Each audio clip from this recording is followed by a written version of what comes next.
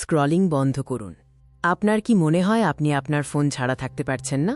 চলুন জেনে নিই কেন 20 মিনিটের হাঁটা আপনার মনোযোগ ফিরিয়ে আনতে পারে। আজকের দ্রুতগতির ডিজিটাল দুনিয়ায় স্ক্রলিং আসক্তি একটি বড় সমস্যা। এর পেছনে মূল কারণ হল আমাদের মস্তিষ্কের পুরস্কার রসায়ন বা ডোপামিন। সোশ্যাল মিডিয়া এবং অনলাইন প্ল্যাটফর্মগুলো এমনভাবে ডিজাইন করা হয়েছে যা আপনাকে সারাক্ষণ ধরে রাখার জন্য মনোযোগ আকর্ষণকারী কন্টেন্টের এক অবিরাম প্রবাহ তৈরি করে।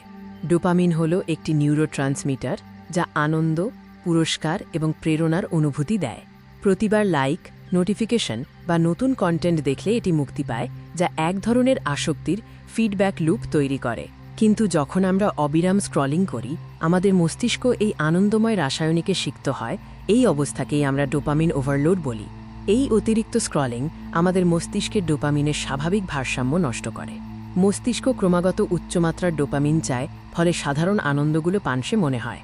ঘন ঘন ডোপামিন স্পাইকের কারণে আমাদের ডোপামিন রিসেপ্টরগুলো সংবেদনশীলতা হারায়। এর ফলে আমাদের মনোযোগ ধরে রাখা কঠিন হয়ে পড়ে এবং আমরা সামান্য উদ্দীপনাতেও সন্তুষ্ট হতে পারি না। এখান থেকেই আসে আমাদের সহজ কিন্তু শক্তিশালী সমাধান, 20 মিনিটের একটি হাঁটা।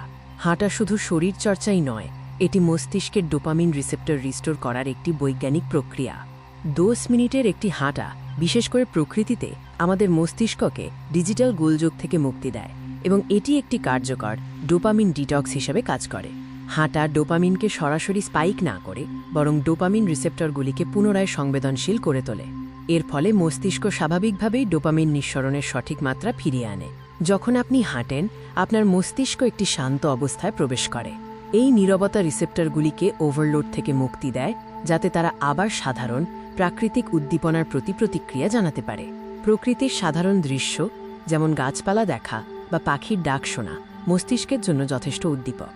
এগুলি কৃত্রিম কন্টেন্টের মতো ডোপামিন হ্রাস না দিয়ে একটি স্বাস্থ্যকর এবং স্থিতিশীল ডোপামিন মুক্তি নিশ্চিত করে।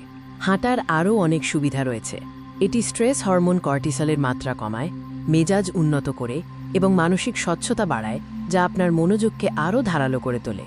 এখন জেনে নিই এই অভ্যেসকে আপনার দৈনন্দিন জীবনে কিভাবে কার্যকরভাবে অন্তর্ভুক্ত করবেন। সকালের দিকে বা কাজের বিরতির সময় এই 20 মিনিটের হাঁটা শুরু করুন। সবচেয়ে ভালো হয় যদি আপনি ফোনটি বাড়িতে রেখে যেতে পারেন অথবা এটিকে সাইলেন্ট মোডে রাখেন। যখনই স্ক্রলিং করার তীব্র ইচ্ছা জাগবে, তখন স্মার্টফোন না নিয়ে দরজা খুলে বাইরে বেরিয়ে যান। হাঁটাকে একটি সচেতন বিকল্প হিসেবে বেছে নিন। ডিজিটাল কন্টেন্টের তীব্র আকর্ষণ থেকে মুক্তি পাওয়ার চাবি আপনার হাতেই রয়েছে। আজই স্ক্রলিং বন্ধ করার সিদ্ধান্ত নিন এবং আপনার 20 মিনিটের হাঁটাকে একটি প্রতিদিনের অভ্যাসে পরিণত করুন। আপনার মস্তিষ্ককে রিস্টোর করার সুযোগ দিন। এটি আপনাকে এনে দেবে একটি স্বাস্থ্যকর, আরও মনোযোগী এবং স্বাভাবিক আনন্দপূর্ণ জীবন।